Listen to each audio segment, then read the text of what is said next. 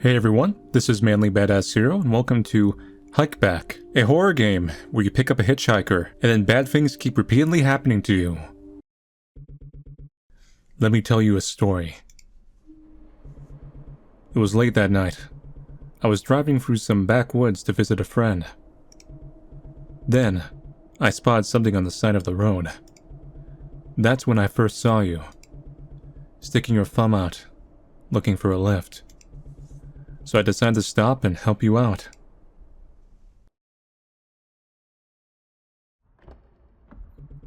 The night was so dark that I could barely see your face, but I managed to catch a glimpse of you through my faded headlights.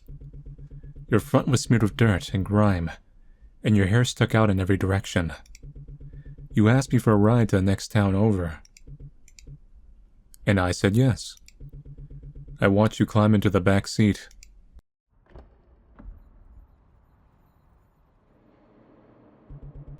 We rode together in silence for miles. There was no radio signal out here, so music wasn't much of an option. I could barely hear you breathing. Sometimes, I forgot you were there at all. I could feel myself starting to nod off. You're driving, don't nod off! The dust in the headlights swam in lazy streams. And just as I started to drift away, something pierced through my stomach. Your arms were around my waist from behind the seat, your fingers clutching a bloody scalpel. My throat closed up. My mind went blank. My senses screaming. I lost control of the wheel.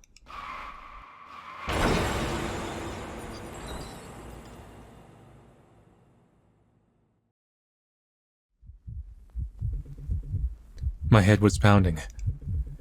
Needles pricked across my skin, cut with shattered bone and shrapnel. Every breath I took was harder than the last. There was no one else in these woods. There was no one around to help. I was going to die here. Next to me, I could see you coughing up blood. Your arms were embedded with broken glass. I asked you why you did it. There was no point, after all.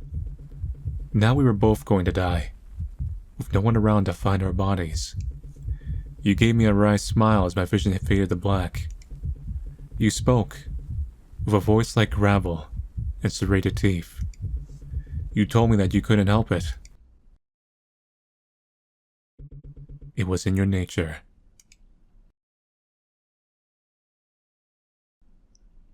End 1. Nature. Also known as an extremely fast bad end. You just exist, and you just die. That's it. Nature's scary.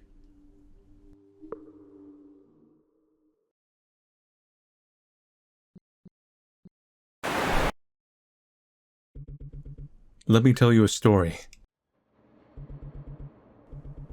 Great, we're the cat in the box. My name's not important. Never liked it much anyway. It's Manly Badass Zero, by the way. Subscribe today. I was driving the night to visit a friend on the other side of the mountains. Yeah, it seems like it's pretty much the same dialogue. I'll read it anyways, assuming it's pretty short. I never met them in person before, but they needed my help. That was all that mattered. This place really was out in the middle of nowhere, though. Not a sign of civilization to be seen.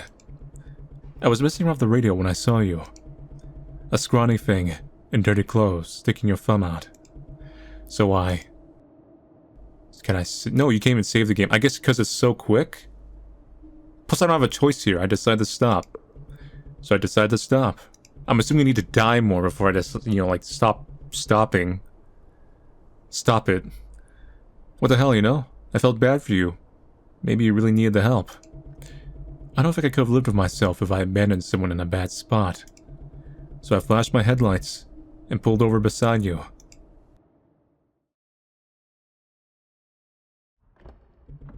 As soon as I got out of the car, I could tell I made the right call. No! Well, no, we actually see your face this time. Not sure if that's better or not. You clicked shut. The knees of your pants were all scuffed, and your whole body was smudged with dirt. You needed help. Badly. Hey, you alright? Where are you headed? He looked at me with a blank stare, as if I was saying nothing but meaningless noise. I sighed and took a step forward. You eyed me warily. Look, you need a ride, right? If I'm taking you somewhere, then can you at least give me a direction? You seemed to consider this for a while. You ran your fingernails up and down your arms, as if you were scratching at something. After a bit, you finally looked at me in the eyes. I'm not really comfortable with that naming perspective. It's making me a little weirded out. Is there a town nearby? I could tell just by listening to you that you desperately need a drink. Unfortunately, I didn't think the half-empty soda sitting in my cup holder would cut it. Nearby? Not for a while yet. But there should be a gas station at the next exit, about a 20-minute drive or so.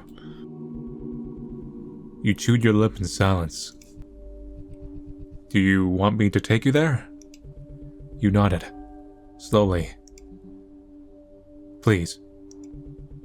So I stepped back towards the car and opened the door to the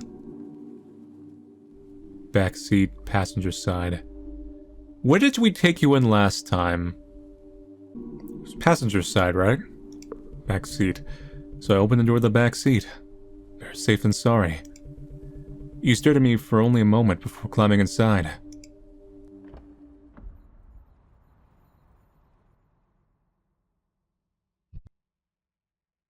Hey.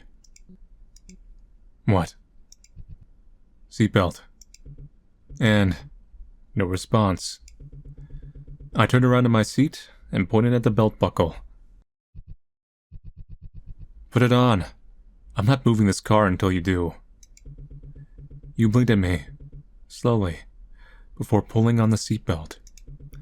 You examined it like it was a foreign object as you crossed it over your waist and hooked it into the buckle. With a sigh, I turned back towards the wheel and started up the engine.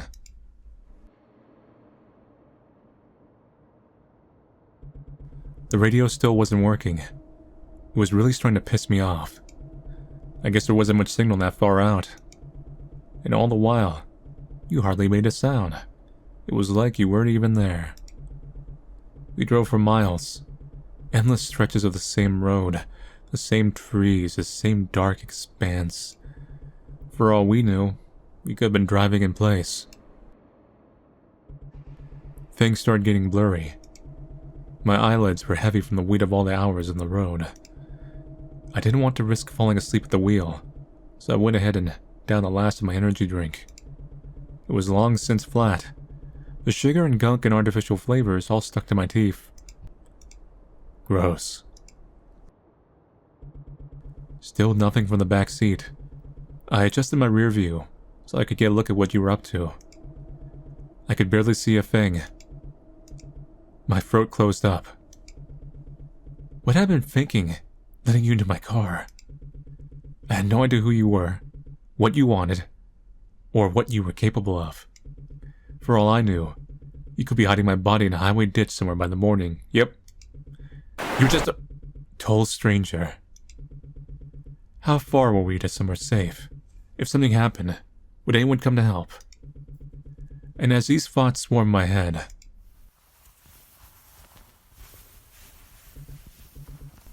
I heard you moving around in the back seat. My chest felt tight as panic surged inside of me. I swore that I could feel your breath in my neck. Were you about to kill me? I had to do something. Now. So I spoke up. My mouth suddenly felt very dry. With a deep breath, I spoke.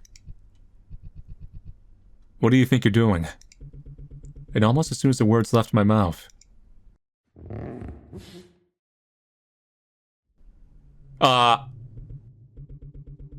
your arms wrapped around my chest from behind, and something cold and sharp pressed against my neck. I am merely taking precautionary measures. I gripped the steering wheel like it was my last chance. Blood roared in my head. One flinch, one speed bump, That's all it would take for this stranger to slit my throat. As I swallowed, my skin sank a bit deeper into the blade. How so? Simple. You could stop this car and kill me at any time, or drop me off somewhere to rot in captivity. If you so wished, you could even crash this car and watch me burn safe behind an airbag. Yeah. Now it didn't seem like the best time to mention that I took the airbags out of this thing years ago. But this way, you cannot kill me without killing yourself. And in turn, I cannot kill you without killing myself either. Thus, we're even. Does that make sense? You waited for an answer. You have a point.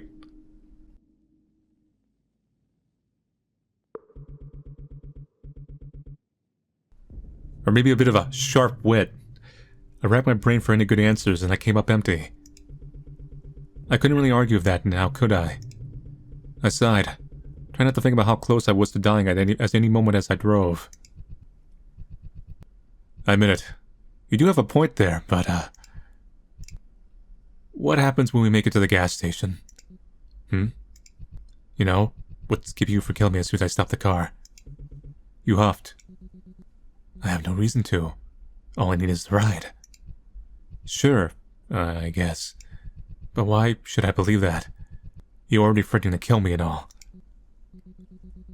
You would just have to trust me. Trust you, huh?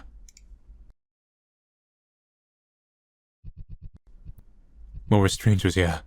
I don't know a thing about you. Trusting you is a pretty big ask. So, can I really afford to do that? If I stop this car, I'd be throwing away the only leverage I have against you right now. Then, with that same logic, if I take away this blade, I'll be making the same foolish mistake. We sat there in silence. I guess we're at a standstill then, aren't we? Your fingernails dug into my shoulder, the scalpel nicking at my skin. I suppose we are. And 4. Stand still.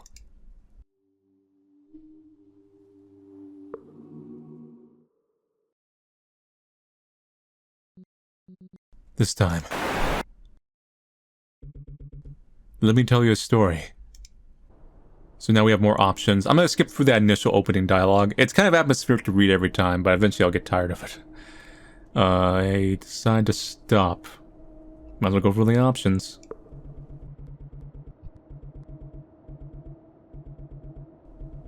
Oh wait, there was something new here.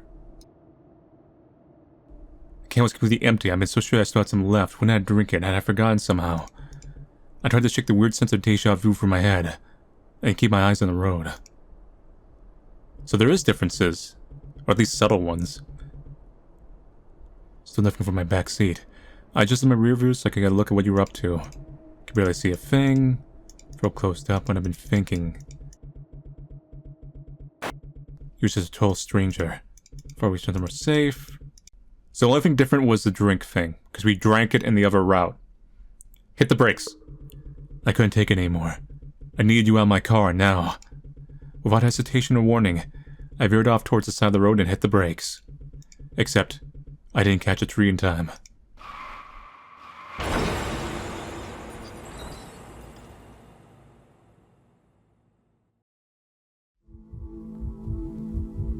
My legs weren't moving.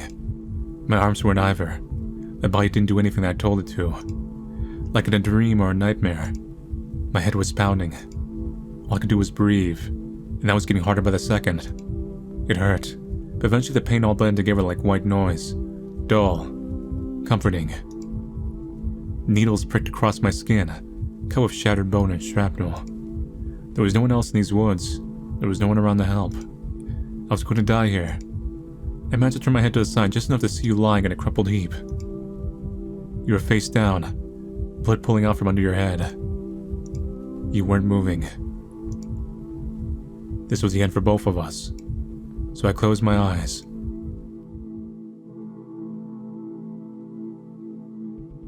You were going to kill me anyway. I just knew it somehow. A random stranger out in the middle of nowhere, all filthy, acting weird, asking for a ride. Of course you had to be a killer. Or some kind of bad person, at least. Anyone else would have done the same. This was the only way things could have ended. I did what I had to do in self-defense. Yeah, that was it. Self-defense. My breath shook. I did what I had to do. Right? N2. Self-defense. Notice? This does really make you think cat in the box. Notice the clock. I think the clock is moving. It might be based on the endings we unlock. This time. Let me tell you a story. So speak up, route, rather than the slam on the brakes. I'm wondering if the stranger is also experiencing deja vu looping. Hence why they seem like they're not a traditional murderer. They're kind of also paranoid.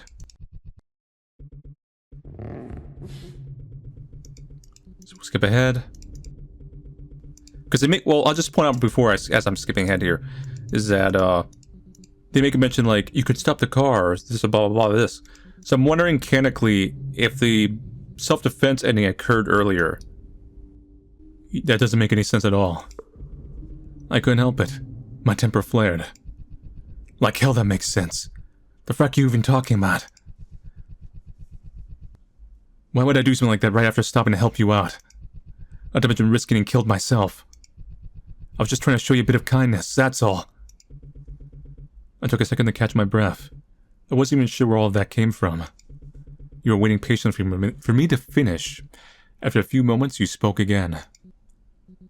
Kindness, you say. Yeah, heard of it? You ever consider that maybe, just maybe, all I wanted was to be nice? And a fat lot of good that did me.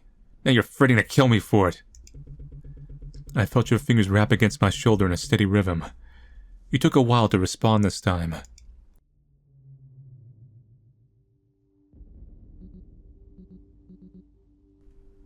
We are strangers, are we not? Just as you had once told me. Strangers. They have absolutely no reason to trust each other. Such is why you led me to the seat, rather than the one beside you. You did not trust me enough to be close to you. It was a wise decision.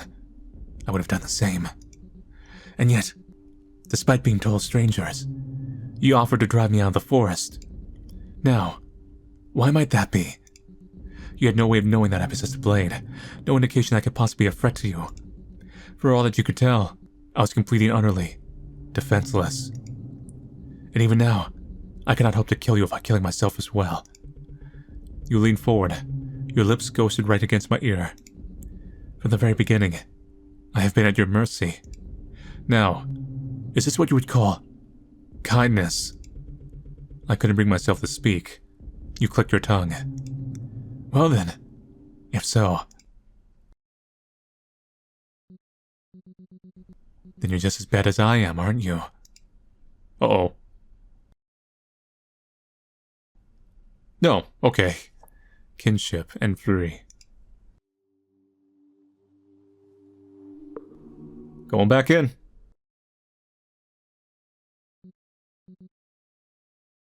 It hurts. Let me tell you a story. For some reason, I'm also thinking of, it was on the PS3. It was El Shaddai. The opening, about the whole, like, it had like a weird loop. It wasn't like a hard loop mechanic, but if you died, it would kind of reverse back like Prince of Persia, if I remember correctly. I kept driving.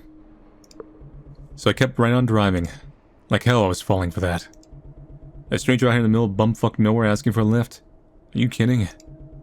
Call me superstitious, but that sounded like the beginning of a ghost story. Or a horror game. I sure I wasn't planning on dying anytime soon. I still felt your eyes on me as I sped past you, all the way down the road. I never saw you again.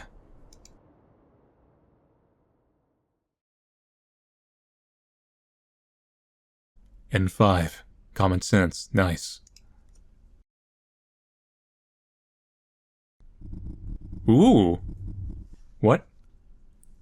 You just never learn, do you?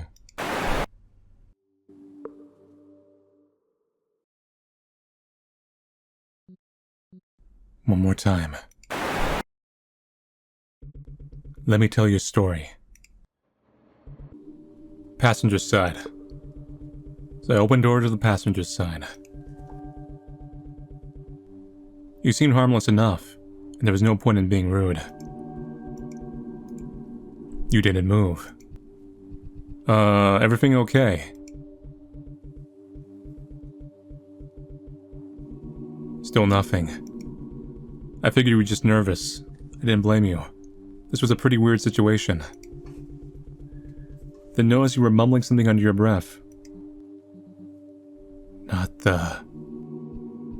Hey, no worries if it's too much, okay?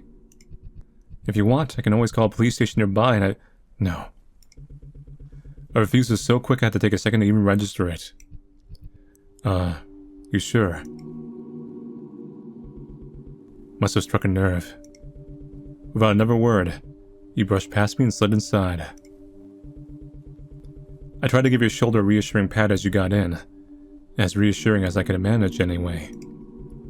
You almost hit your head on the roof when my hand made contact.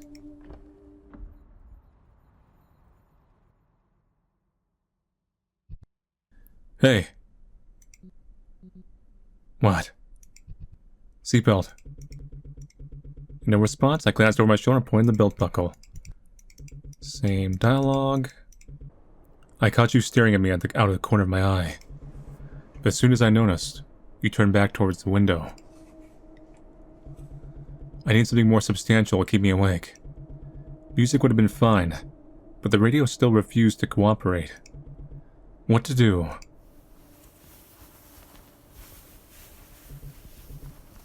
Oh, right. As I heard you shuffling around your seat, I realized that some friendly conversation would definitely keep me up. I hardly knew anything about you, after all. You were just a total stranger. No harm in breaking the ice, right? So I glanced over towards you and spoke. Hey, so what? Oh my god, did you just murder me again? I managed to see your scalpel seconds before it went straight through my eye. Dang it. The next thing I knew, we were both crashing through the windshield.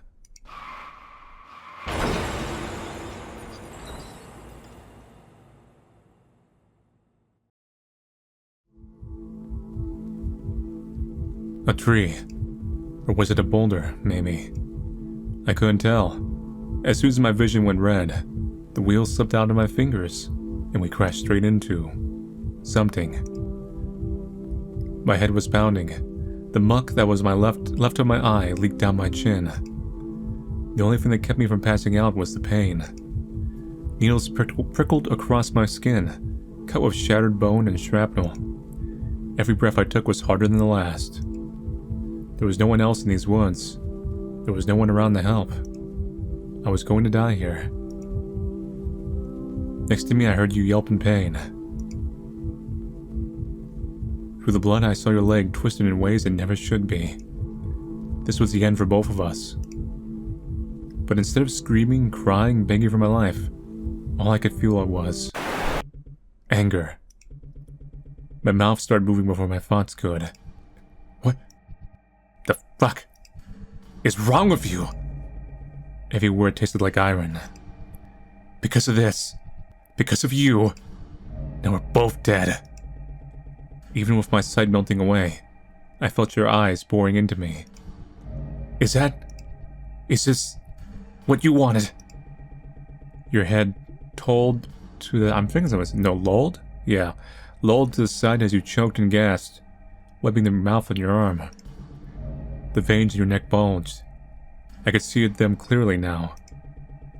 I wanted to wrap my hands around your throat and squeeze more than I've wanted anything else in my entire life.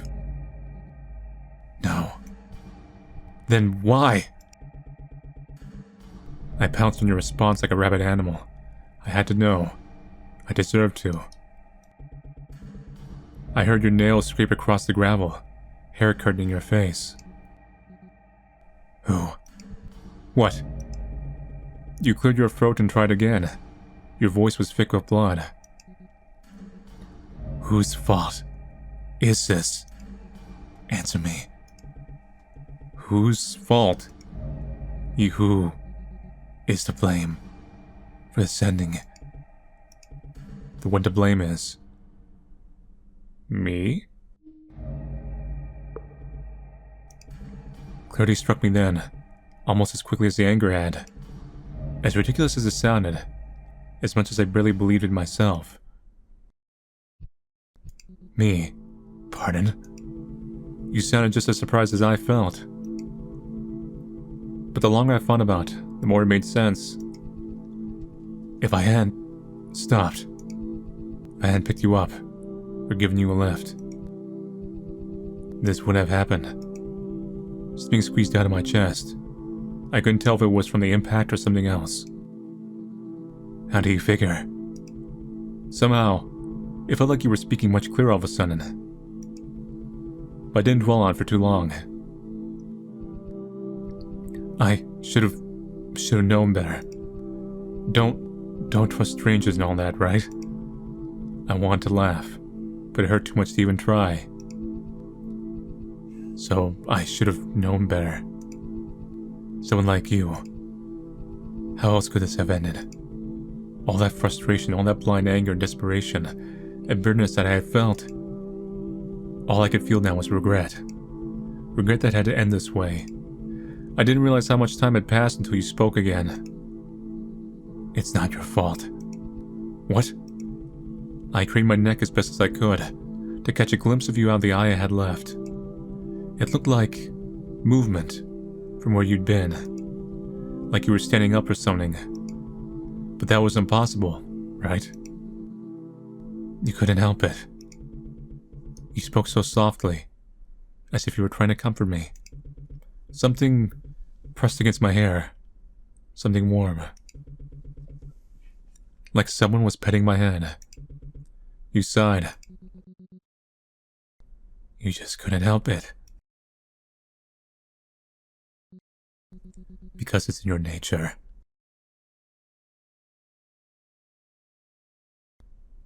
Interesting, the nature thing. And 6, bitterness. Now we're at 6 o'clock.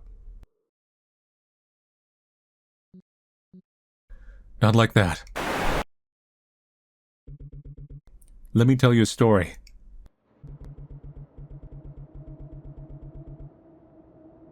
My windshield got cracked somehow. It was no big deal. The car wasn't see much better days, but one little crack wouldn't do any more harm. Even though I didn't remember having it. That's new. I was messing around the radio when I saw you. This is old. So I have another theory. So, the other thing, of course, was I mentioned that the other person could be a looper also. Or they are the looper, and we're not.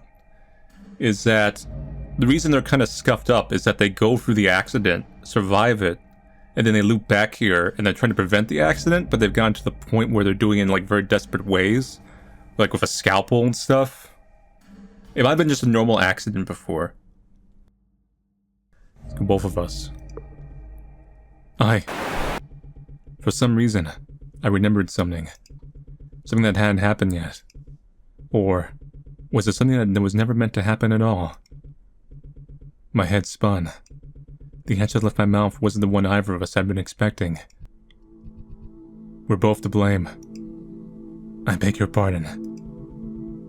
You sound so off guard, like you'd forgotten that you were supposed to be in pain. Like, this was all just some big play, and I said something that wasn't in the script. I couldn't even remember why I had been angry in the first place. I was the one who stopped. I was the one who created this whole situation. And you escalated things, got us to this point. Even if I was the one that crashed the car, even if you were the one that tried to kill me, without both of our actions combined, we wouldn't be here. I couldn't tell how much sense all that actually made. I was losing too much blood, too quickly. All I could feel was this overwhelming desire to Rest.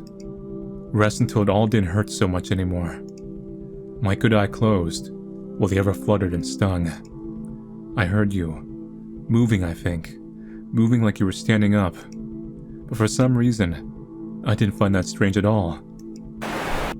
Like I'd seen you do it before. And that's when I heard you. You were laughing. Laughing like you'd never done it before. Laughing in that way to sound more like an imitation rather than the real thing. All along. You wheezed and hiccuped and coughed. All along. The blame was split. How could I have missed it? My head was spinning again. It was getting hard to understand what you were saying, much less what you meant by all of it. All along, we were beings of conflicting natures. One of self-sabotage, and one of self-preservation. So naturally, we clashed and now we are here. You sighed, catching a breath. Your voice was still trembling from laughter. How wonderful. Do you think it must be to be thoughtless, bereft of consciousness and reason? How wonderful to live one's life without conflict, and thoughts without regret. You choked, fighting for air. Were you laughing again? I suppose that must truly be the nature of bad people, yes. Not that they are completely devoid of good intentions and thoughts, but that they have such thoughts, and choose to ignore them anyway.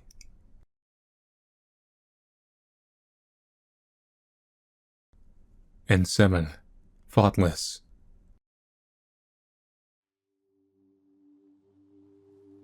Okay, so yeah, I think the passenger is the actual looper, probably. We're just along for the ride, but something has been twisted because of that.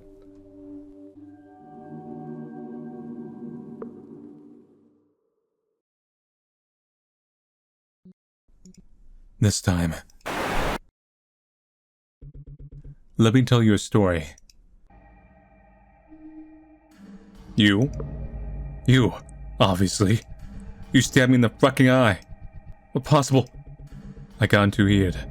I had to take a second to wheeze, feeling my lungs sting. What possible reason could you have had? None. I stopped in my tracks, mouth hung open like a dead fish. What? There was no reason. No reason at all. Because it was not a reasonable thing to do. Somehow it felt like you were speaking much clearer all of a sudden, and I saw a movement in your direction. Were you standing up? I did it because I am a bad person. That's all there is to it.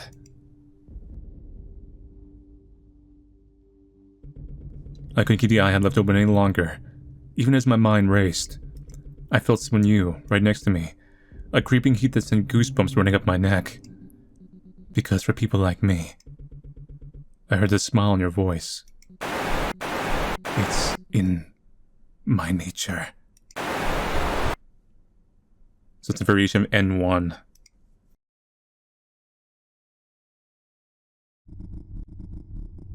Just never learn, do you?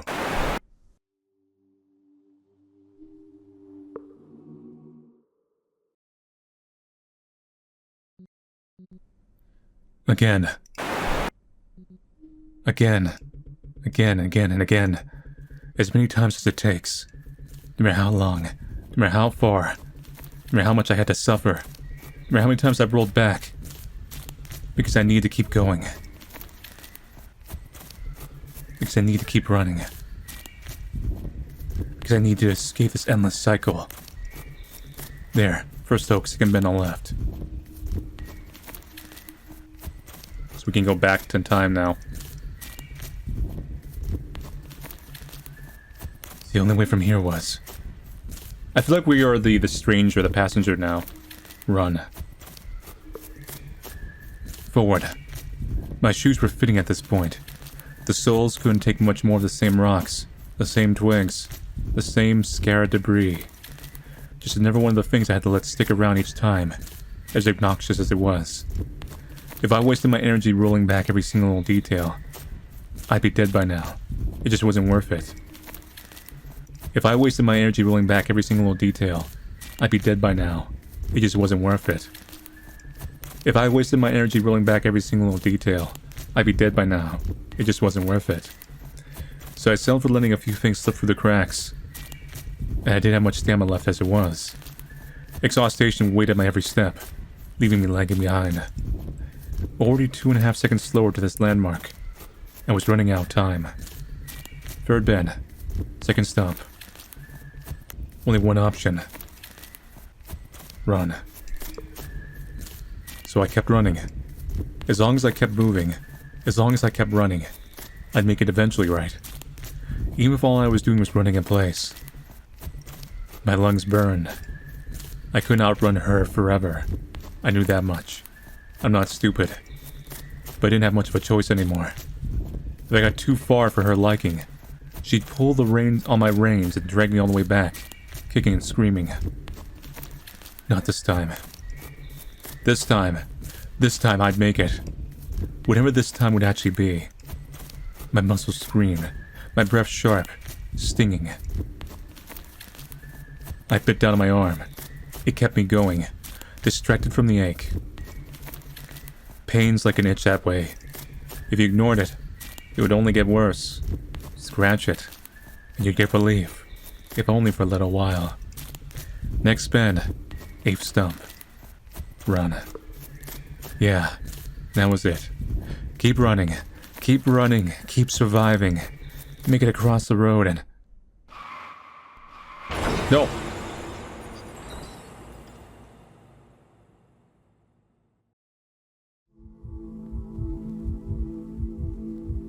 No. No, no, no, no, no, no, no, no, no, no, no.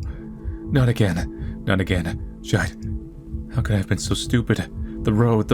I had to wait for the car on the road. Yeah.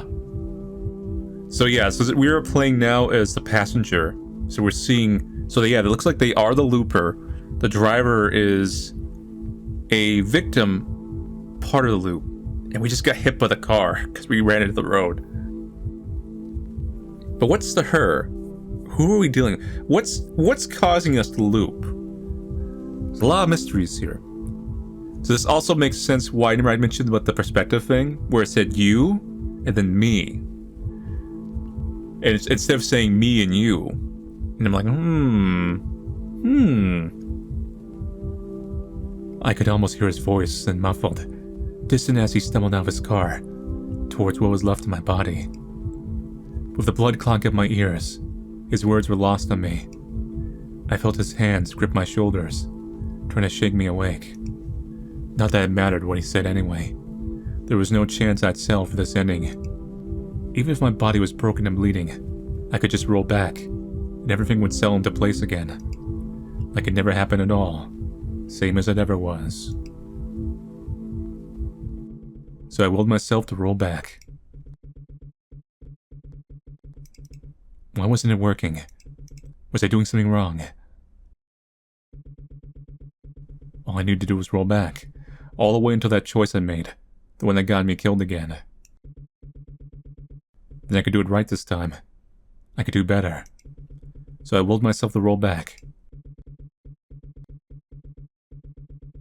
Why wasn't it working? Was I doing something wrong? Almost there. Fervor. Keep going. Almost there. Fervor. Keep going. Almost there. Yeah, here we go.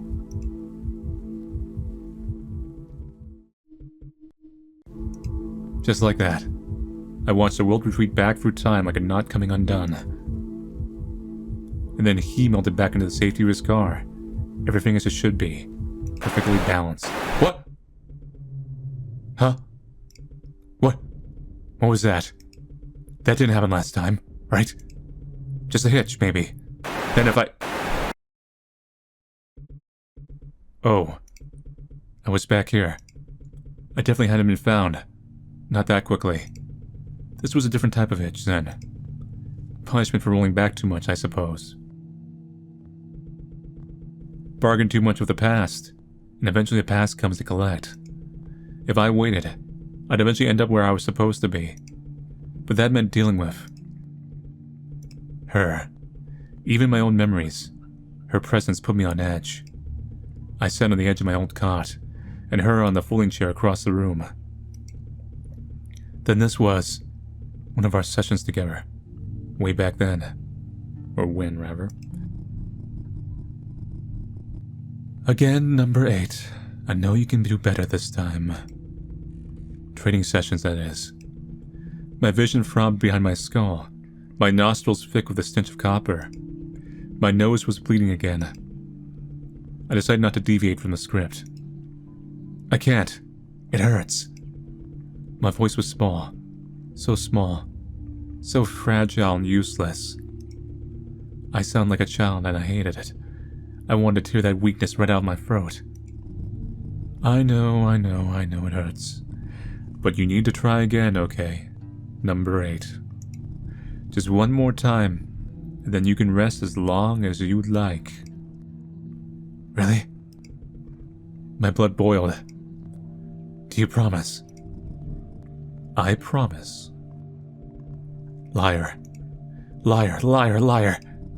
Now, one more time. Find out what's on the other side of this card. And then, roll back and tell me what it is before I show it to you. Do you understand? So I guess, this looks like you were part of some weird facility experiment. My nails dug into my arms as she spoke. There was an 8 or something on her, jacket or something, right? Yes, ma'am. Hide.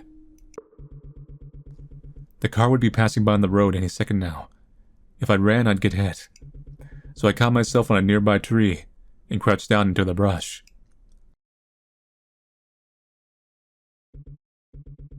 But I always came to the same inevitable conclusion. I couldn't keep going like this. My legs hurt. My stomach groaned. My eyelids begged for rest. I knew how this worked. I'd seen the movies. The movies I was allowed to watch, in any case. I crept towards the side of the road and stuck my thumb out just like I remembered. But in the movies, someone always winds up dead by the end, right?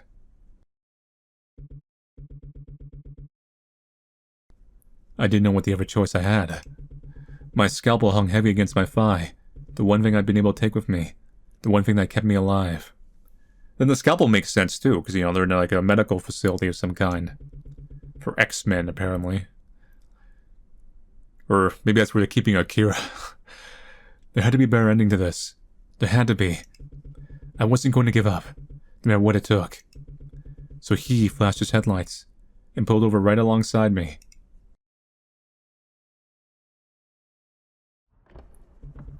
As soon as he came out of the car, I knew something wasn't right. He was too quick about it. Too eager. The door shut just a little too loudly. I just knew. He must have remembered. He remembered and he was angry and he was about to hurt me, kill me, and send me back and leave me to rot, and then he stepped forward. Close, too close. He was too close. Close enough to grab, close enough to choke, close enough to kill. Close enough to hold and squeeze and sigh and whisper and to tell me how much he didn't really mean it. Close enough to stab. Did we just stab him early? My scalpel sank into his side. It gave so easily, like dough parting around my finger. But it wasn't enough. He pinned me to the ground. My scalpel was still stuck inside him, but this time, it hadn't been fatal. He twisted my arm behind my back. Farther. I heard something snap. I screamed into the dirt, tears biting at the edge of my eyes as my arm went limp in his grasp. It hurts. Make it stop, please make it stop. Hissing through my teeth, I squeezed my eyes shut. I had to go back. I had to. I couldn't let it end like this. I knew it was scary. I knew it would hurt to feel it break again. But I didn't have a choice. Not anymore. All it would take was a quick rewind. I had to go back. Further. Keep going. I need to go back. Further. Further. Keep going. If I keep going, I can stop this before it happens. Just keep going even if it hurts. Even if the pain feels absolutely unbearable. I really like this touch, by the way. It took every ounce of me to stay focused as I lived through the pain all over again. Shut. Just a little further and I'd be free. Now he'll pin me to the ground and...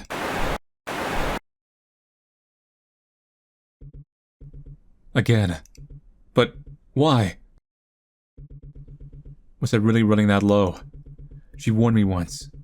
Said if I rolled back too much, I'd tear myself apart, but... Part of me hoped that was just another one of her lies. In that case, I knew I had to do whatever I could to find my better ending as quickly as possible. No matter the cost. I took a deep breath and waited for the memory to end. No. Not this one. Anything but this one. I was trying to hide underneath my cot, but there was no point. She saw everything. I hugged my knees to my chest as the door burst open. I heard her heels when she walked in. 2 sets of boots followed her. Security guards. I tried to be quiet. I tried to be still.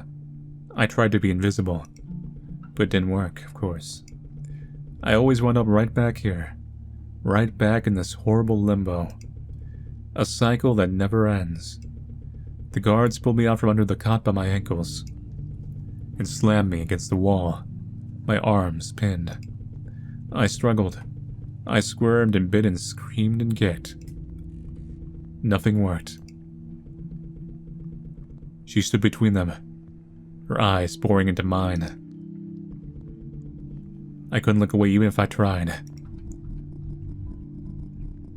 You know why you're in trouble, don't you, number 8? I bit my tongue to keep myself from answering on impulse. I think you do. I heard that you tried to run away again last night, number 8. The boys told me that you were quite the troublemaker, that you injured 3 of them when they brought you back home. They say you even roped a civilian into your antics. Apparently you convinced some poor, old woman to hide you from us. Is this all true, number 8? I tasted copper again. It's your fault. Oh. You killed her. She was only trying to help, and you killed her for it. Is that right? Yet, you're perfectly aware of what we're capable of, are you not? You know how much I care about you. And you know how far we'd go to bring you back safely to us. Yet even so, knowing all this, you still put that woman in harm's way. This woman you believe to be so innocent. Did you ever consider her safety, number 8? Or were you content to use her for your own selfish ends? Stop it! We didn't kill her, number 8. You did.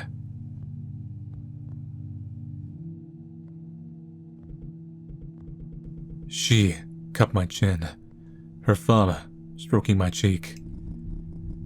You're not a good person, number 8. You never have been.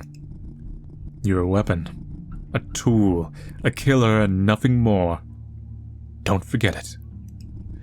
It's in your nature. The woman you met knew that. That's why we found chloroform in her coat pocket. I didn't want to hear this anymore. I am the only one who loves you for what you are, number 8. I don't want to be here anymore. You know better now than to try and leave me again, don't you? No more, no more, no more, no more, no more, no more, no more. Don't you, number 8? Ooh, ho, ho, ho, ho. No more.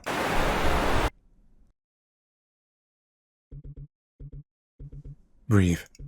I was out. Back to before he left the car. But that was fine. I remember something. Something important. I remember what had felt so wrong last time. I focused, trying to collect my thoughts.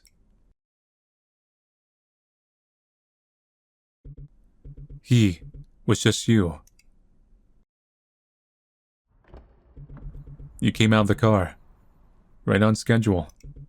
But something was still off. That smile of yours usually was the first thing I saw. The last, too, sometimes. But this time, it was nowhere to be found. As much as it put me on edge, seeing you without it somehow felt even worse. Hey, you alright?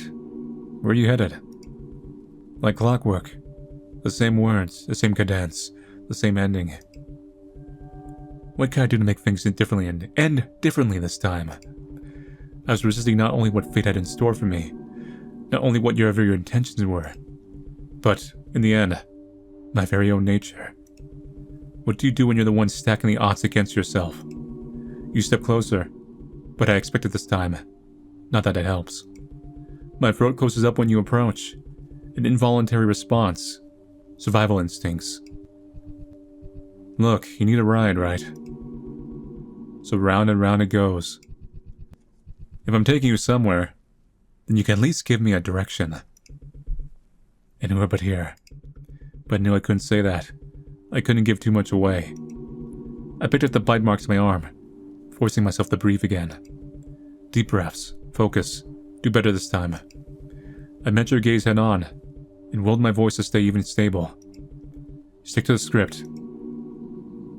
Is there a town nearby? And there was that smile.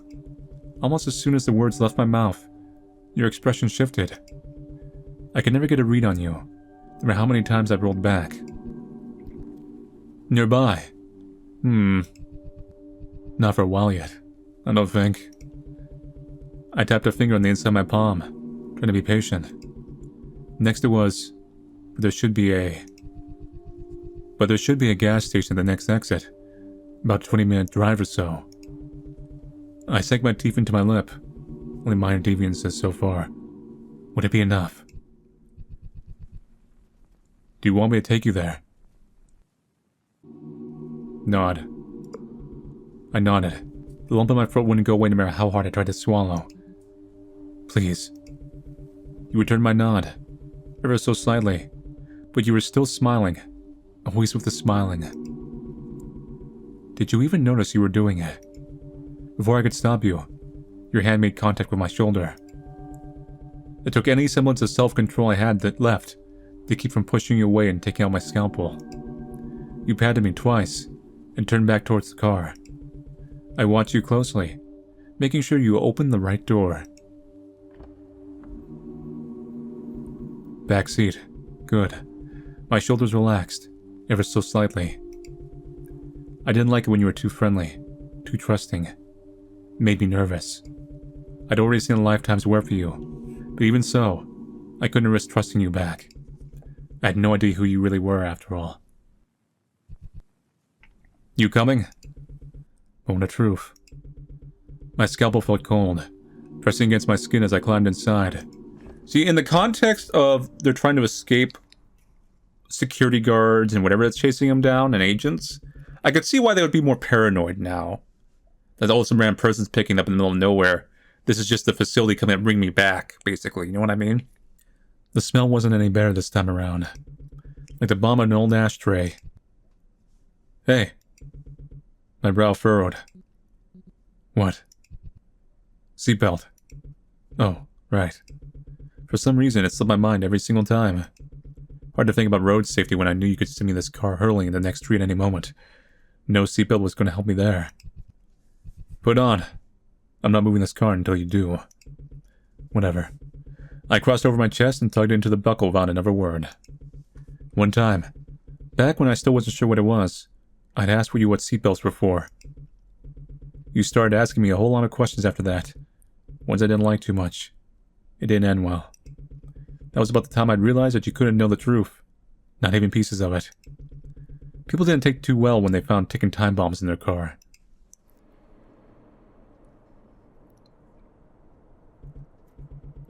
Eternity gnawed at the edges of my mind, a limbo of my own making. Miles passed behind us. The same road, the same trees, the same dark expanse. My nails dug into my arms. It was like torture, waiting to see what this loop would have in store here for me. Would we crash? Never fret, Mamie. Would you try to turn me into the police? What was it that I had to do to get the right ending this time? How long would it take until I was free? How many times would my nature get the better of me? What was I doing wrong? My eyes stung. You moved. You weren't supposed to do that. You only shifted in your seat like that when you were suspicious of me. I glanced up and the drink was gone. Not right. Not right. Not right. Not right at all.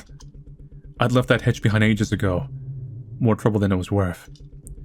So you were supposed to realize it was empty when you picked it up and take a sip, and then go back to driving. Like normal. But your cup holder was empty and it wasn't right. Not right at all. Had you realized? Did I get something wrong? Did I make it too obvious? Had I left too many hitches behind? Did you remember everything? Were you just playing along so you get me back in your car and find the right moment to kill me? Or send me back to her? How much longer? How much longer until I died again? How much longer until they collared me and locked me away for good? How much longer until the windshield shattered into pieces across my chest? How much longer until... Hey. Oh God. You knew. My scalpel was in my hands already. I don't remember how it got there. So, I've been meaning to ask. What's got you hitchhiking like this anyway? What are you looking to find in town? Were you taunting me? You had to know already. You had to! You waited for me for my answer. What was I looking for? A better ending. I'm looking for a better ending. I knew there was one still out there for me. I knew it. All I had to do was find it. Earn it. There was no way that everything I'd been through was for nothing. A better ending? Ending to what? This game. Everything. That too. I filmed the edge of my scalpel. I don't think I catch your meaning. You have no need to. It's none of your business. I heard you snort.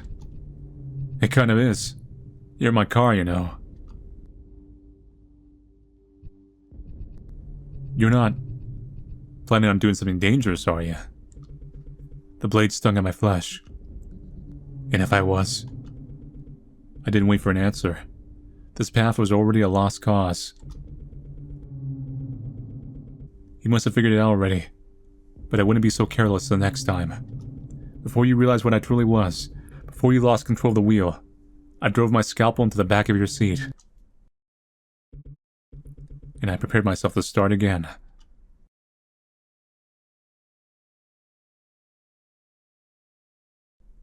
End date. Denial.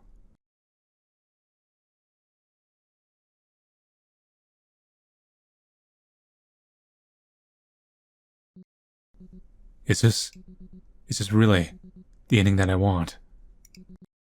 Okay, we did rollback. Let's get a different ending, a way out. I'm looking for a way out. When I tried to tell you the truth before, your reaction had always been less than favorable. But maybe if I approached things differently, you'd understand this time. A way out? That sounds pretty serious. Are you on the run or something? Do you mean to find some place I can help you? I do not think that a place capable of helping me exists. The ones who are looking for me, they can be very persistent. You exhaled, scratching the back of your neck. Wow, buddy, that's pretty, intense. You sure you shouldn't try talking to the authorities or something? Absolutely not. Even then, there are shelters and safe houses for people like you. I think they'd help you out a lot more than I could. No. But you could get a proper place. No!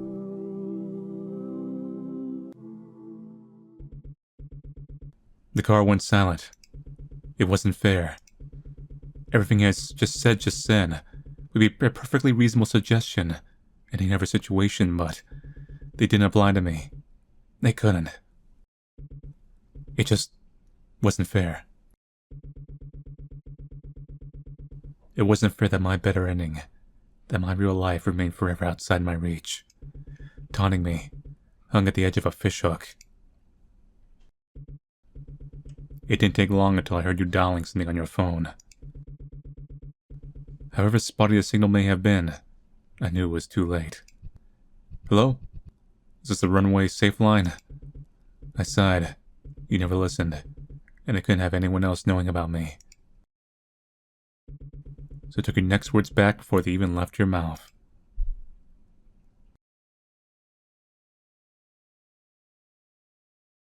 And 8. Anger. Is this really the ending that I want? No, it's not. A fresh start. I am looking for a fresh start. It was difficult. Part of me wanted to hope that life could be different, to hope that I could find something worth living for in the first place. Hey, that's exciting. Not every day you get the chance to start from scratch. Any big plans for your grand debut? How do you mean? Nothing particular? Just like new things you'd want to try, new experiences, that sort of thing. You only live once and all that, unless you're a time looper.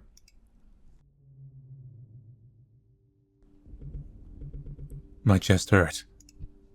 Hey. You good there, buddy? Sorry, I didn't mean to pry or anything.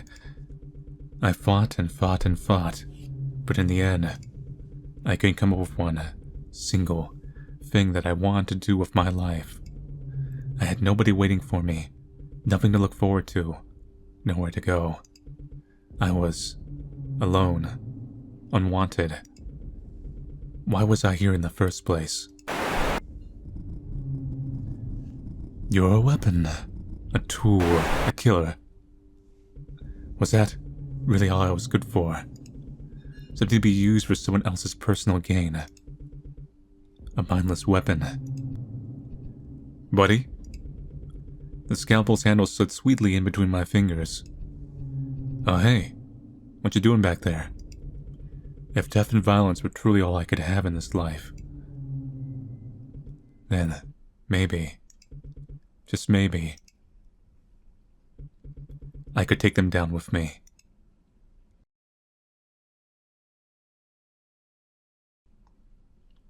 And 8. Bargaining. Is this really the ending that I want? No, it's not. A chance for revenge. I am looking for payback against the ones who deserve it. I didn't care what I said anymore. I'd have to roll back again anyway. There was no point. I gripped my scalpel in both of my hands and took a deep breath.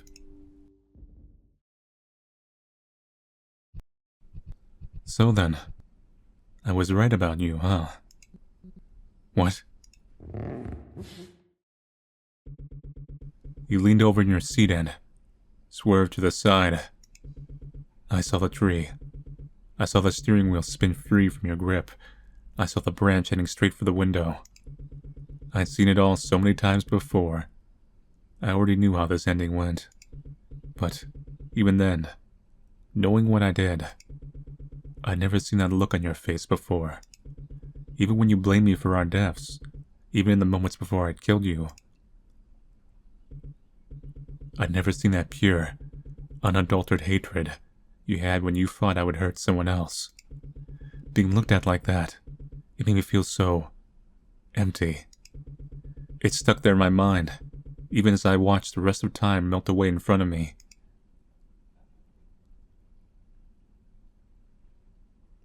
End date. Depression.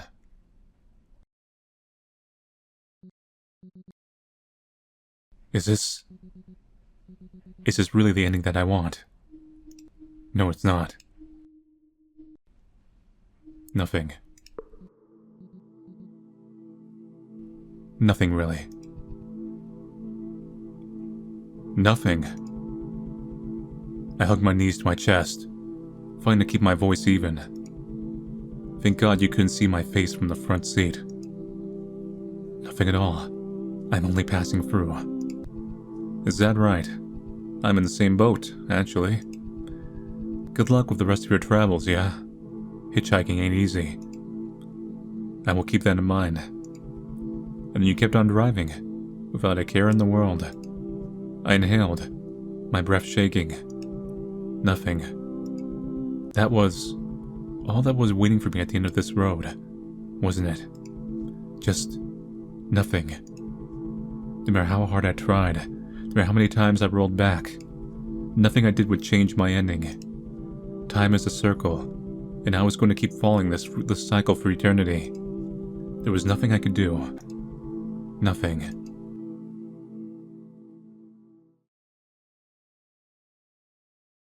End date. Acceptance.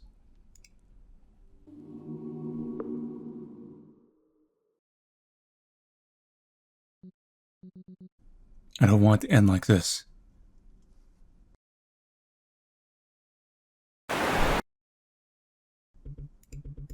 Where was I? Oh, right. I was driving for the mountains at night to visit someone on the other side. A friend. Met in line a couple months ago, never saw in person, though obviously that would ruin the surprise after all. I tapped my fingers against the steering wheel. This area was definitely rustic. Small town, small people, small problems. It made things easier. I didn't bother messing with the radio any further, and long since given up the ghost. I ran my thumb over the cross of my neck, thinking, planning. And then I remembered something. Something important. It was something that never happened before, but it was a memory nonetheless. Funny how that works, huh? And that's when I saw you. A scrawny thing in dirty clothes on the side of the road, sticking your thumb out. Someone who needed help. So I kept driving. No, I decided to stop. So I decided to stop. I couldn't very well abandon you, could I? But that strange little memory tugged at my back of my head. So I elected to compromise. I flashed my headlights and pulled over a little further down the road from you.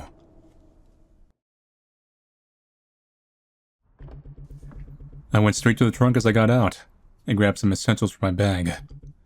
Phone, first aid, that sort of thing. Even if it was nothing, I figured there was no harm in being prepared. What's that saying again? A stop clock is right twice a day, or something. I closed the trunk and started heading down in your direction. I got the chance to look at the stars as I walked. The sky was gorgeous that night. No light pollution or big ugly buildings to muck things up. I could see the stars the way the Lord intended. It helped me think. I figured I could hang around this area for a while once I was done with my visit. The air could do me some good. When I got close enough, I waved you down to get your attention. You seemed nervous. I didn't blame you. Hands in my pockets, I approached you with a smile on my face.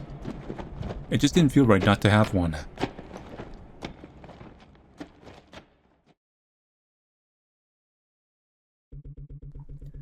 As soon as I saw you, I knew I made the right decision. You were a sorry sight, like you've been wandering these woods for days. Alone, frightened, desperate. Poor thing. You needed help. Badly. Hey, you alright? Where are you headed? No response. You didn't even look me in the eyes. Like you knew something that I didn't. I took a step forward. You didn't even flinch. Take as long as you need, okay? No rush. Just tell me when you're ready. Now that got your attention. You eyed me warily as if looking for something. I wondered what you thought you would find. You need a ride, right? Just give me a direction and I could take you there. Still nothing. You look like you were struggling with something. Only God knew what was going on in that head of yours. But I waited, patiently, as long as you needed. It's not like I was going much of anywhere. You ran your fingernails up and down your arms, as if you were scratching on something. And then, you finally met my gaze. Is there a town nearby? Your voice was parched from first. You sounded like you were 2 steps from passing out. No wonder you need my help. Not for a while yet, unfortunately. I wasn't too keen on the idea of bringing someone who knew my face along with me during my visit. Besides, it wasn't really a lie.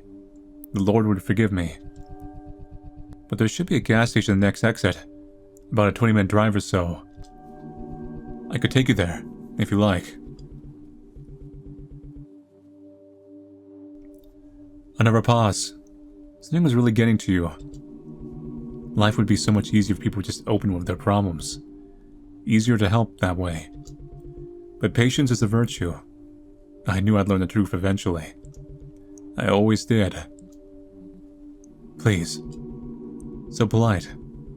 The way you spoke made it sound like you were trying to impress somebody. Even though I knew you didn't have a lick of trust in me. Poor thing. My car's over there. You good for a short walk? I never nod. Not much hesitation this time. Were you already warming up to me? How cute. But not enough to walk ahead of me, I figured. So I took the lead as we made our way back.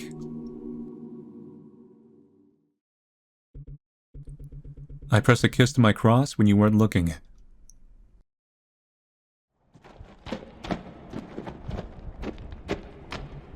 Ah, the stars were still so lovely tonight. I almost got lost in them. The steady sound of your footsteps alongside mine kept me on track. I wonder if you realized how loudly you were breathing. How long until you decided to make the first move. How long until that distrust of yours got the better of you. I was ready to let it happen. I wanted you to have your moment. Patience, as always. We just made it to the car when you finally jumped me.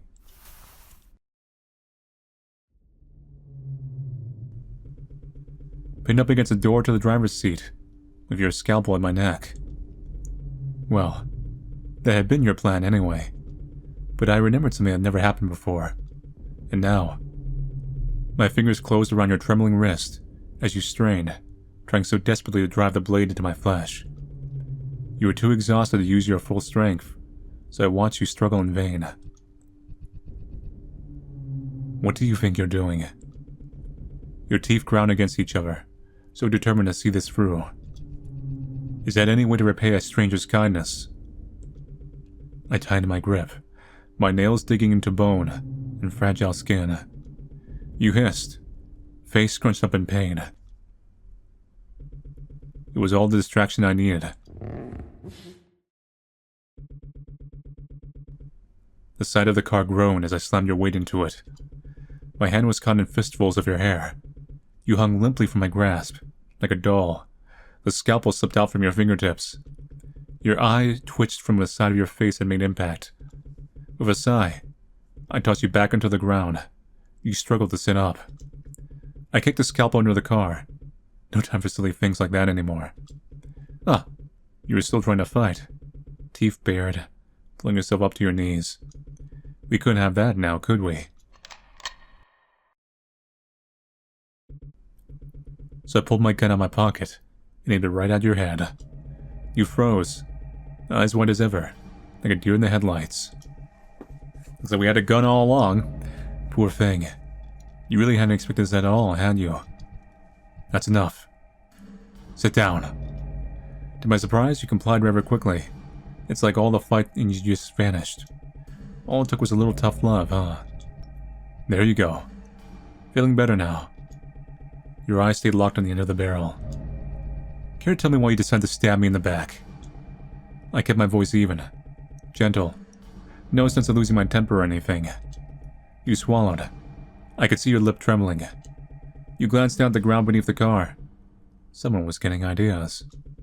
I flicked aside the gun with my other hand, finger still on the trigger. You jumped at the sound.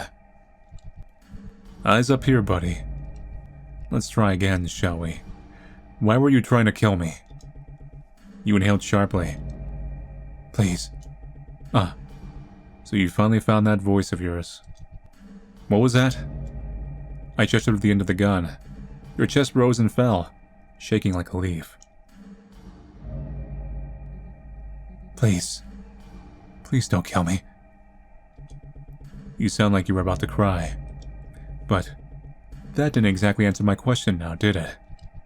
One more time. Think carefully, alright? Come on now. Answer the question. Patience is a virtue, but I had so little of it left. I can't exactly help those who refuse to be helped, can I? You didn't hold back this time. The words spilled out of you, ugly and messy and everywhere like a man at a confessional. I don't know. I was just scared, and Scared. I hummed. So then, you acted on instinct. You nodded furiously. I could help it, so Shh. You went silent immediately. Just one more question for me. One more and I'll set you free. Your eyes widen.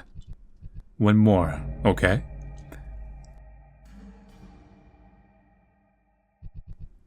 Think carefully. I tilted my head, meeting your eyes.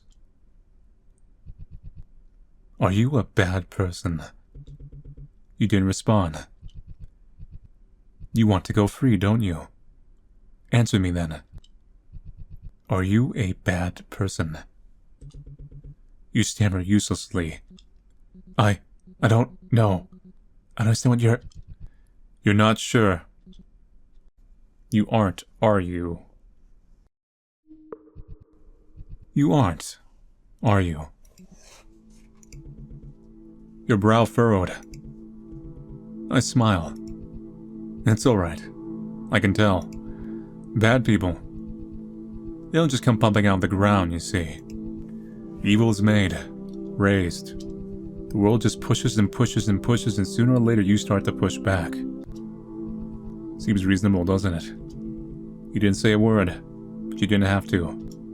So, how'd you get to this point? And just how far did this world push you?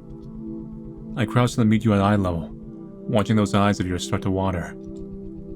You must have been through so much to think that this was your only option. But it never ends, does it? No matter how hard you try, no matter how hard you push back, you're always left with the pain, and it never ever leaves. Your tears streamed all the way down to your chin. An endless cycle. Exactly. Round and round it goes. A life like that, it's enough to break you. You must be exhausted. You nodded. There was such relief in your face. It's okay. It's okay. You don't have to go through all that anymore.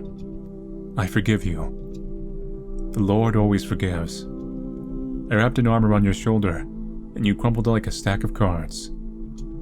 You fell into me with your fist balled up in my shirt, wet with tears and snot. I held you as long as you needed, kept you as close as I could. Deep breaths. You can rest now. You're free now. I closed my eyes, smiling against your neck. You'll never have to suffer again.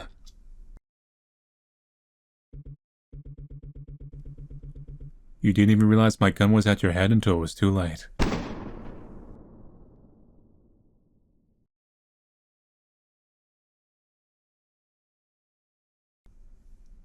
In 9, my motives are complex.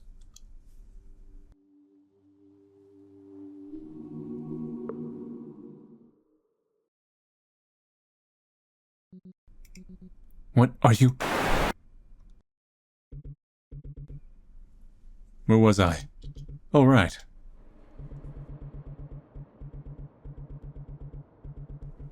This one I've been catfishing for about 2 months, give or take. A friend? He didn't suspect a thing. Post the right pictures, say the right lines, and it's like watching moths still flame. Look at this difference in dialogue here. But whatever cozy little evening had planned was the furthest thing from my mind. I tapped my fingers against the steering wheel.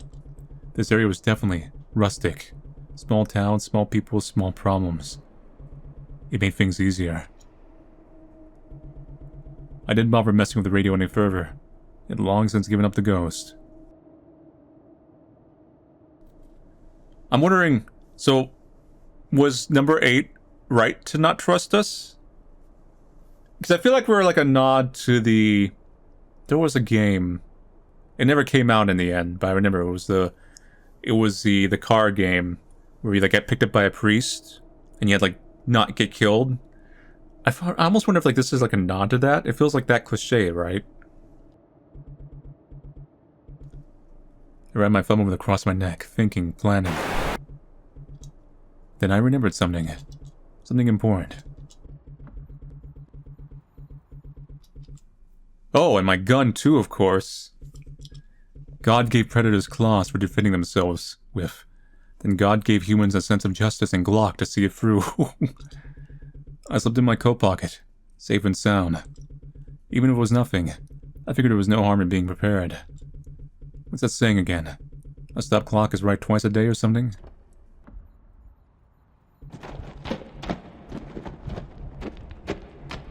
Hands in my pockets, finger triggers, I approached you. Just didn't feel right not to have one. With a smile on my face. So from his perspective, we look pretty creepy.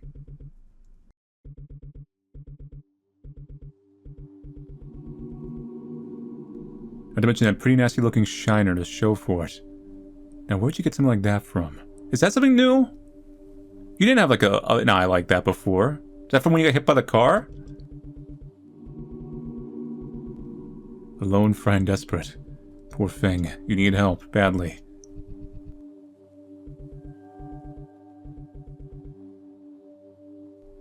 You knew something I didn't. Took a step forward, didn't even flinch. Take as long as you need, okay? No rush. Now that got your attention. Your eyes were merely what you thought you would find. So now you know I have a gun. Now what do you do?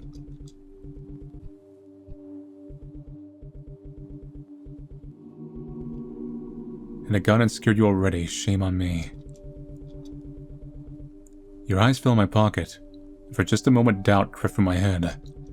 I let go of that weakness when you nodded, slinking back a few steps to give me a wide berth.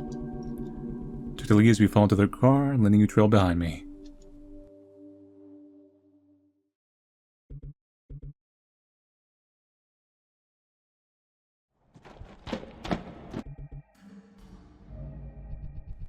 Or you were a bad person. You didn't respond.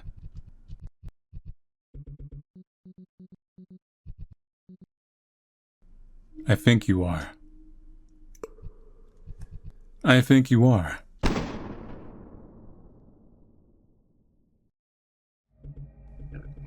One quick shot to the thigh.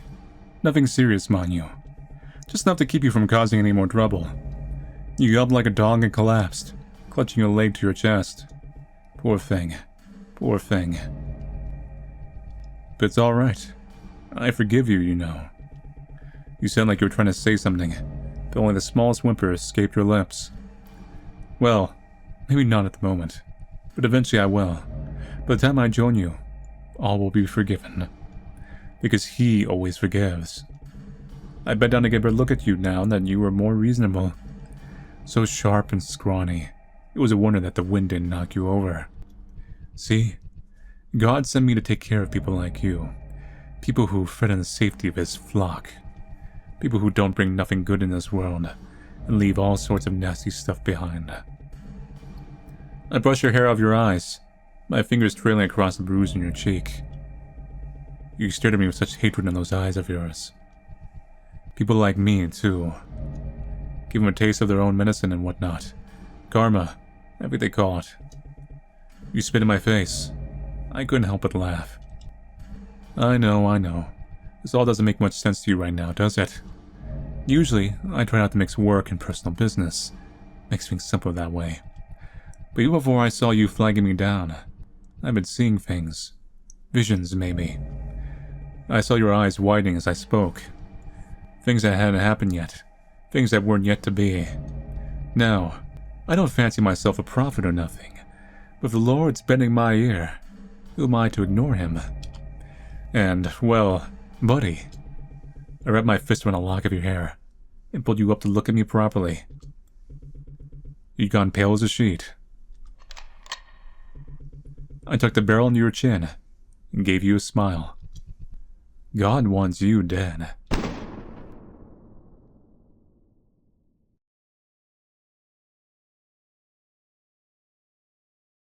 Ending 10.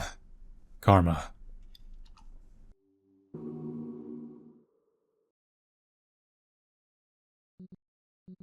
What are you? Where was I? Oh, right. I was driving, a friend.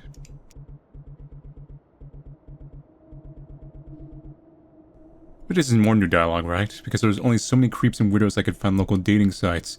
Venture like this came with a job. The less people like him in the world, the better. I tapped my fingers against the steering wheel. Small town, small people. Made things easier.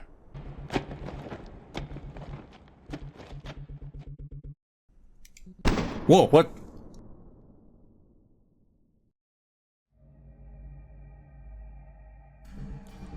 Oh, you are still standing. Huh? You clutched your side where the blood hit, hissing through your teeth. Your knees shook as you fought to stay upright, blood soaking through your shirt. You definitely weren't going anywhere anytime soon, but it didn't feel right to just leave you there. Besides, I still had a job to do. I'd received the vision I did for a reason, down to the last detail. You had trapped me here too long already, watched me suffer and squirm underneath your thumb. But no longer. No more of this. Things like you weren't meant to exist. Please stop. You clawed at my leg as I pressed the end of the gun to your forehead. You looked like you were in so much pain.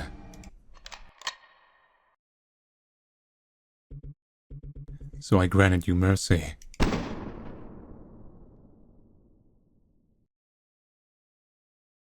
So, like, is it the truth? And we're seeing more of it about this character that's driving the car? Or is the timeline getting corrupted based on some of the alterations? Well, end 11, break.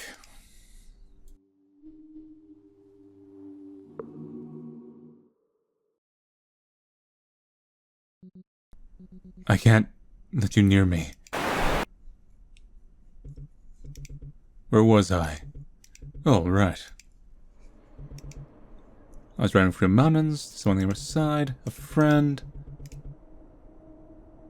Assuming I play my cards right, he'd be expecting a teenage girl from the suburbs on his doorstep sometime tomorrow night. Give me the time I need to set up, scope out the area. Places like these are just teeming with bogs that folks don't do much searching through. If I made it clean and made it quick, I have a day or two to sightsee before his body's found and the jig is up. It'd be nice to spend some time outside the house for once. I miss stargazing. Can you see how the dialogue changes now every time? That's what I'm wondering.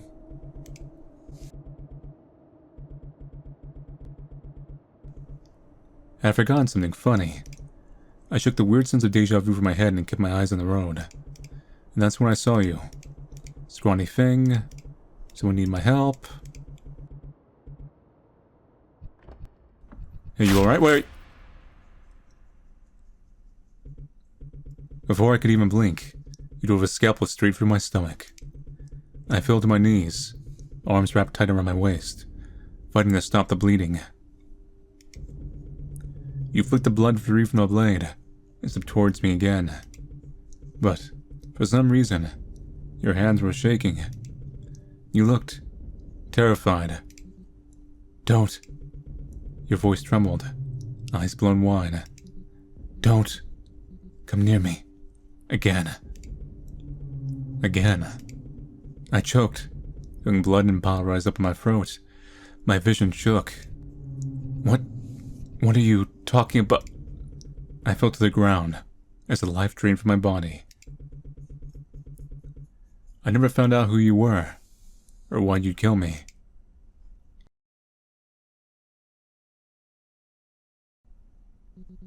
You didn't even remember. I'm alive, but I don't want it to end like this. And 12. Obligation. Here we go.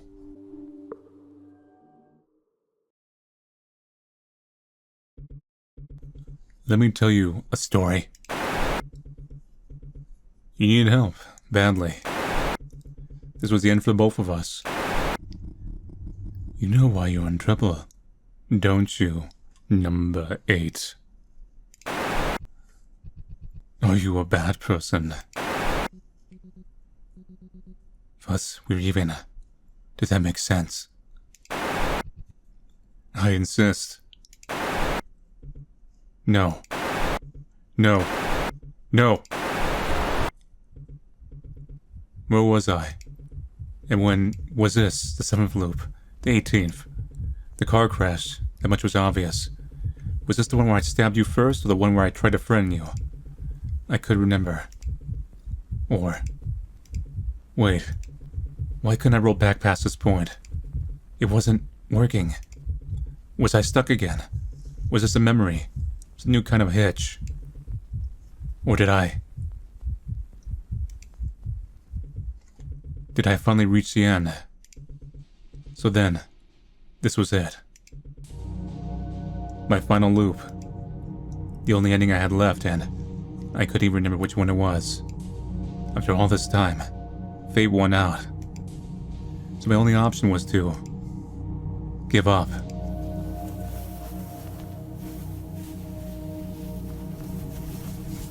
Something was moving. A sound off to my left.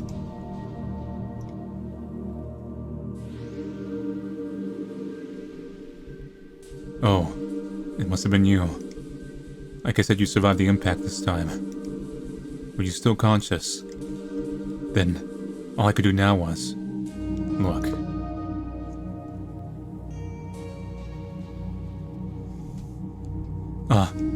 I was alive.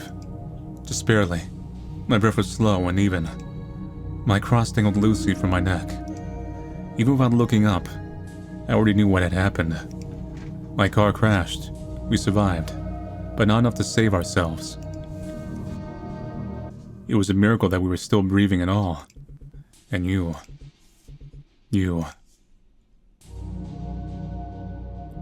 Somehow I knew you were connected to all of this. The memories of things that hadn't happened yet. The weird sense of deja vu every time I looked you in the eyes. The little coincidences and oddities that kept on piling up. And how I knew we'd been through this before. That we'd died before. Even though it seemed so impossible. But we already had one miracle under our belt. What was one more? Your eyes bored into mine, red and bloodshot and weepy. If this was how things were gonna end anyway, then I didn't have much else to lose. Boy. The sound was more of a croak than anything else, like I hadn't had a drink in weeks. I nudged your hand with my own, trying to get your attention. Those eyes of yours. I could never tell if you were actually looking at me, or just straight through me. For all I knew, you kept the damn things open while you slept. Certainly wouldn't be the weirdest thing about you. You blinked, owl-like, mouth hung open in the way you do when you're off in your own little world. I shifted in place, flicking a wrist. Hey, you're off to Poindexter. You still with me? Now that got your attention. You jolted as soon as my nail hit skin. I never realized just how many scars you had on your hands, alone. For some of those bite marks. I'm conscious. I noticed. Not sure how long we have left, though. Indeed. You looked away. Never a good sign. So I think I know the truth before I kick the bucket. How? How do you mean? Cut the crap. You're not nearly as good as the liars you think you are. You huffed. So tell me what's really going on here. At the very least, so I know who to blame for it. It's not that simple. Most things in life aren't. Tell me anyway. You took your time, rolling your lip between your teeth. You are correct. You deserve to know. Yet even so... You swallowed. For some reason you looked real small all of a sudden. Even so, could you do something for me in return? I glanced up. Look. All little nice touches. See how, like, the rollback reappears when we're on the other perspective? Because that's their power. The look of absolute bewilderment crossed your face. I didn't blame you. I'd already done so much, and to ask you to never think of you as nothing short of selfish, to say the least. I wouldn't forgive me either. I mean, it depends. Within reason, obviously. That was already more than enough. It is nothing major. My gaze fell upon where your hand was touching mine.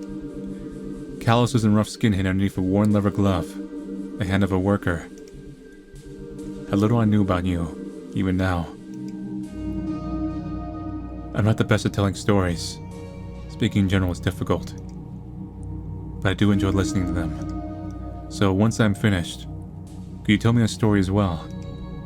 Immature, selfish, stupid. A request that was everything I hated to be and more. But with the world ending around me, I wanted that indulgence. Sure. To my surprise, you answered without an ounce of hesitation, like it was nothing. But I'm warning you, storytelling ain't exactly my forte either. Ain't too great at talking too. It gets the job done. I couldn't resist a smile tugging at my lips. It most certainly does. I took a deep breath. How much do you remember? About tonight, about me? You clicked your tongue. Take a moment to respond. Let's see. I remember when you couldn't stop laughing, even as you were dying. Actually, I couldn't really tell if you were laughing or not. In general, I remember meeting you for the first time. Anything else? Well, I remember trying to strike up a conversation one time, but you went and stabbed me right in the middle of it. Yep, that's us. This is some real creepy shit, too. And one other thing. Oh? I remember you killing me as soon as I stepped out of the car. So that part stuck. Just like the blade. I didn't remember anything at the time, but with what I know now, you must have had a real good reason to be so scared, didn't you? I waited, making sure you were finished before I spoke. Or procrastinated getting on with it, more like. Everything that you've just told me did occur. Once. In one timeline or another. I remember everything. Every death, every ending. Sometimes, I've lost track of the details here and there. But even as the world moves on without us, I have kept you here, looping again and again. You sighed. I figured it was something like that. It does take a genius to put two and two together. How long has this been going on? I am uncertain. Long enough that I cannot roll back any further. Days, undoubtedly. Weeks, perhaps. At this point, it's been more times than you could possibly comprehend. And a sob bubbled in my throat before I could push it back down. I squeezed my eyes shut. I can't keep going any longer. My voice cracked, and I couldn't bring myself to hold it all in. As disgusting and shameful as useless that I felt, I sobbed there into the dirt once reality came crashing down upon me. All this time I'm trying to escape this stupid cycle. Breaking out, getting captured, being punished, trying to break out again, over and over and over. Something in my chest was acting like I'd never had before. I sniffed, wiping my nose and my sleeve. I really thought, that this time would be for good, that I could escape and find some better ending. But now I'm just stuck in a whole other cycle, and I've gone and roped you into it too. Depending on the driver's character, they're not exactly a good person to let loose. I stopped trying to breathe properly again. I felt revolting. I'm so sorry. I'm so sorry you got dragged into all of this. My fingers dug into the ground, my nails scraping up all the dirt and loam and ash and filth they could find. I wanted to scratch my arms instead, so badly, but it hurt too much to move. If I could just sink my teeth in, maybe I could dull the pain away just like usual. And then I felt something. Your hand. You were squeezing mine. Firm yet so gentle. So I opened my eyes. Look.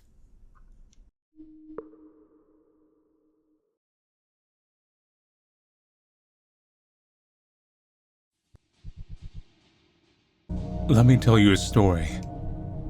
I said it so casually, like I had the faintest possible idea what I was doing. I didn't know. I didn't care.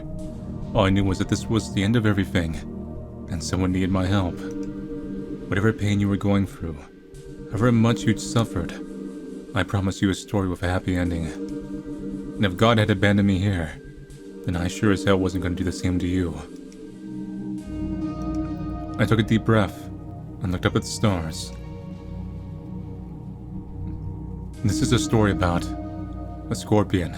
The scorpion that rides on the back over the water. A scorpion with a big venomous stinger and scary looking claws. One day, the scorpion needed to get across a wide open river. But he couldn't swim. Obviously, so he went to ask someone for help. Why did he need to get across the river? Who knows? To get to the other side? Oh. Then, who did the scorpion ask for help? Turtle has a shell though. How does it pierce the thing? Well, the thing, isn't it the story is a turtle? Yeah, I forget now. It's one of those things where you were chosen with options, and those options kind of poison the memory. Whatever, turtle. Yes, a turtle that was resting nearby on the riverbank. Isn't it supposed to be a frog? No. Hey, who's the one telling the story here? You snorted. Carry on then. So the scorpion asked the turtle for a ride across the river. The turtle was a strong swimmer, with a powerful shell to defend itself with, so he could make it across no problem. The turtle had nothing to fear, so he told the scorpion to climb right on board. The two set off. But a scorpion's nature is to sting that which it sees.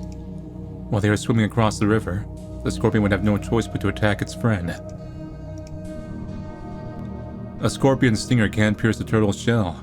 No matter its nature, the turtle wouldn't get hurt. Then, would the turtle even notice the scorpion had tried to kill him at all? No. Nah, he was too busy swimming. And the turtle wouldn't even know. He wouldn't even know that his own friend tried to kill him. Only the scorpion would. Remember, he'd forever live with the sin of betrayal that only he knew. I do not think I like that story very much. It's the only one I got, buddy. If you don't like it, come up with a better ending. It's not that simple. No. Why not? The future's what you make of it. The nature of a scorpion cannot be denied. No matter how many times he tries, his fate has already been determined. What?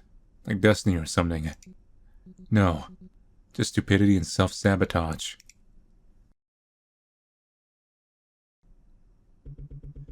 I squeezed your hand. It doesn't have to be that way, you know. I have no say in the matter. It's the very essence of an endless cycle. My ending will always remain the same. Even if you escape it, there's no escape. I thought the same thing one time. Thought that whenever I gave in, through all those months of hard work into the gutter for the sake of another quick smoke, that there was no point in even trying. That the more I struggled, the harder it would get. And I was right? Go with this one first. And I was right. If your only instinct is self-sabotage, if you keep telling yourself the only reason you're alive now is for the promise of some better ending out there, then of course you're never gonna escape. So you just stop caring. What?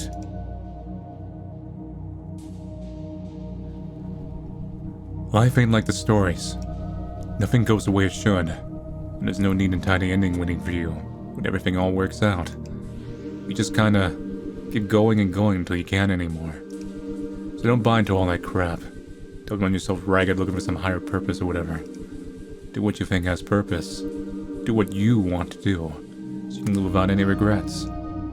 Let those endless cycles do what they will. The only reason you feel stuck in them is because you keep telling yourself that you're stuck. Isn't that just giving up?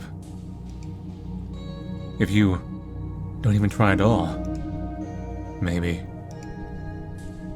Sure as hell beats hating on myself for trying and failing anyway, though. How nihilistic. Although I suppose there is a certain comfort in that. Exactly. If things don't have any meaning, if you're always gonna find yourself at the same awful conclusion, might as well have some fun along the way, right? That's how you escape these cycles. You just stop caring. I see.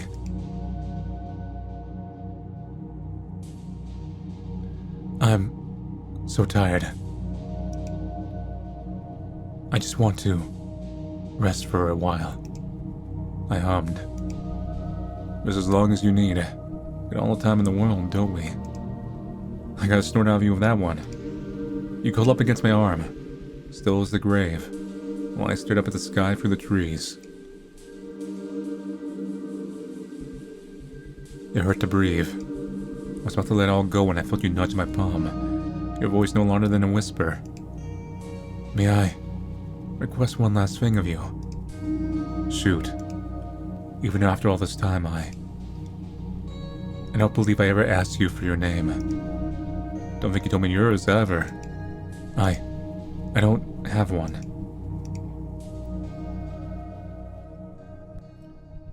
Tell you what, my thoughts slowed down to a crawl. Everything sounded and felt so far away. I'll give it to you when you wake up. Okay, buddy? Do you promise? I promise. I could feel you smiling against my skin as I drifted away completely.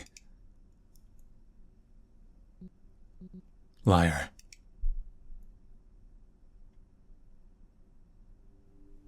In 13, Tethered.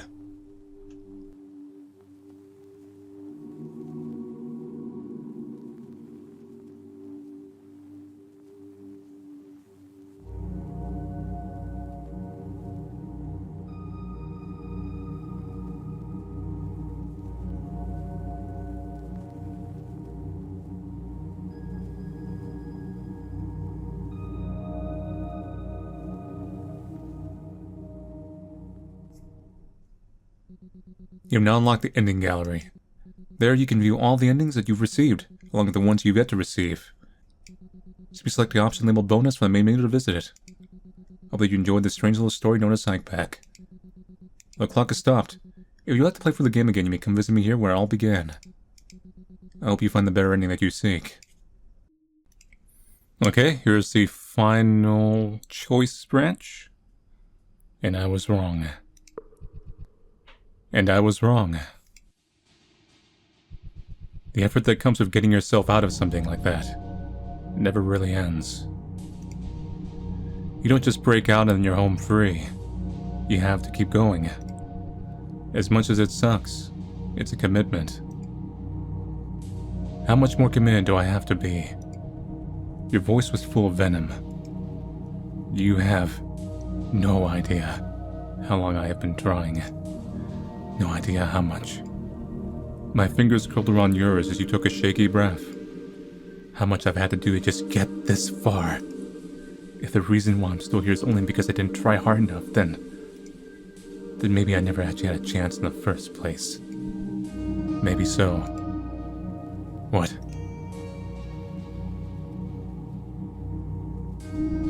Maybe you just don't have it in you to go at this alone. No shame in it. Happens to the best of us. That's why you gotta know when to cut your losses and ask someone for help. You huffed. You make it sound so easy. I know. What was it that you said earlier? It's not that simple. And you're right. It isn't. But if you've already tried everything, and you're just about ready to give up anything, what else do you have to lose? Nothing. But the same cannot be said for the person helping me.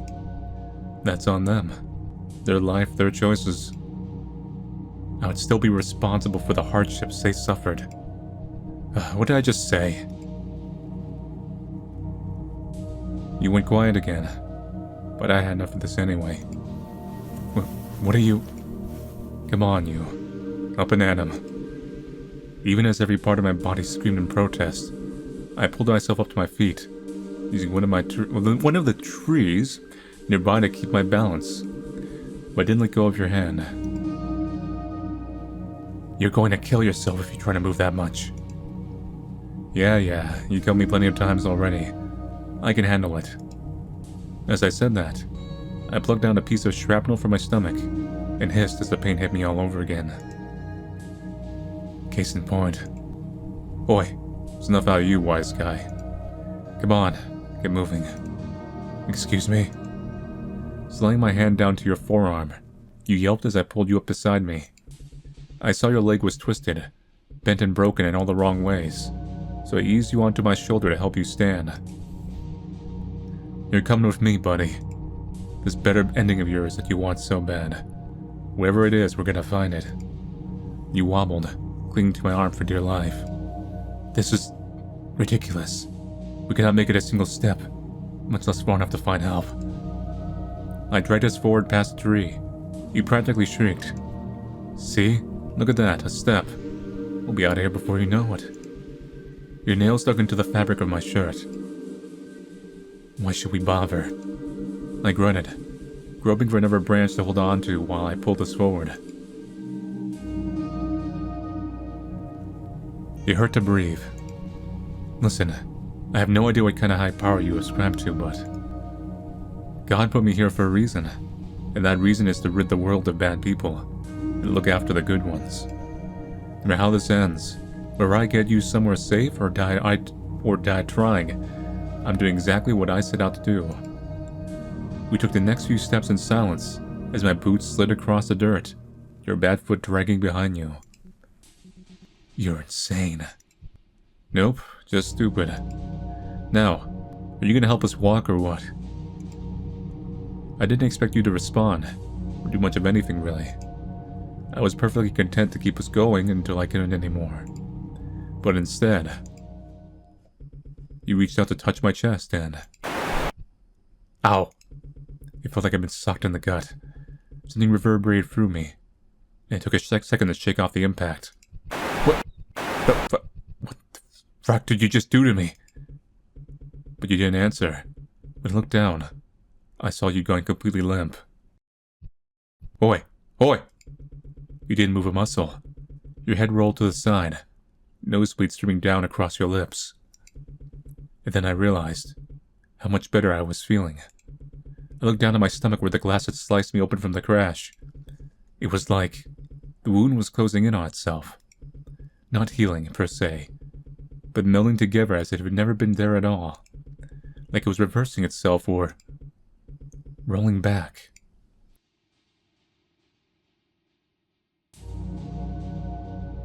I kept moving. Ached like hell, but as my strength came back to me, I hoisted you up over my shoulder and carried you as far as I could. It was like you weighed nothing at all. I had no idea how long we'd been stuck here. I had no idea how much time we'd lost or how the world had changed since we were last a part of it. But I knew one thing for certain. I was going to find us that better ending, even if it killed me. Even if there was no point in trying. Even if neither of us really deserved it. Because God knows we needed it.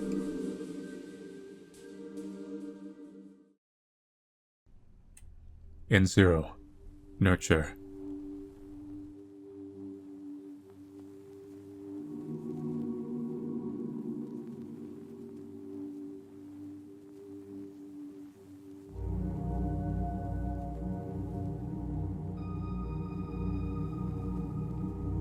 Thank you for playing. So it looks like N0 is the happiest ending. It's the final ending you can really get. But it looks like it's the only one where everyone lives. So it's an interesting main cast. Because you've got the driver. And the driver is essentially a serial killer. But they're a very targeted one. Seems like they go after what they define as sinners. So, murderers, etc., etc. They're basically a very extreme vigilante kind of figure, it looks like. They're not really a good person, but they have some kind of weird set moral.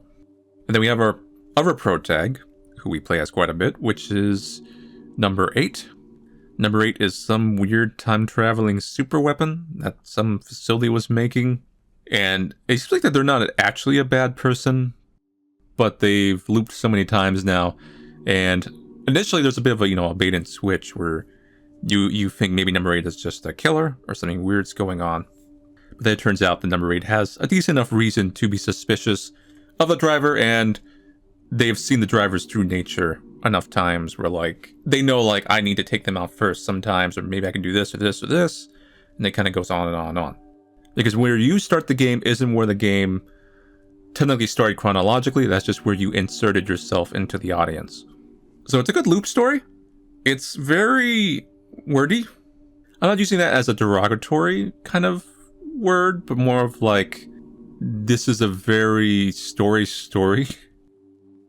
which on the surface you would not usually expect from slasher, Hitchhiker kind of thing. That's kind of what I mean. Like, there's a lot of narration, there's a lot of inner thoughts and processing. It's a good story. I mean, I'll give it that. I feel like we should have seen a little bit more of the facility, not in detail, because it should remain mysterious, but just a few more flashbacks to that, so we get a little more scale of the suffering number 8 went through and some of the trauma, because there was some cool stuff going on there, and we only got about a couple scenes of good looks at it. But it's an overall fairly solid use of the Groundhog Day looping mechanic. This is also part of the Screen Mortality Jam. I've played about 2 other, if not 3 other games from this jam. So like I said, they all have either looping or mortality as their theme. Anyway, yeah. So, thank you all for watching me play HIKEBACK. I'll see you guys later, and take it easy.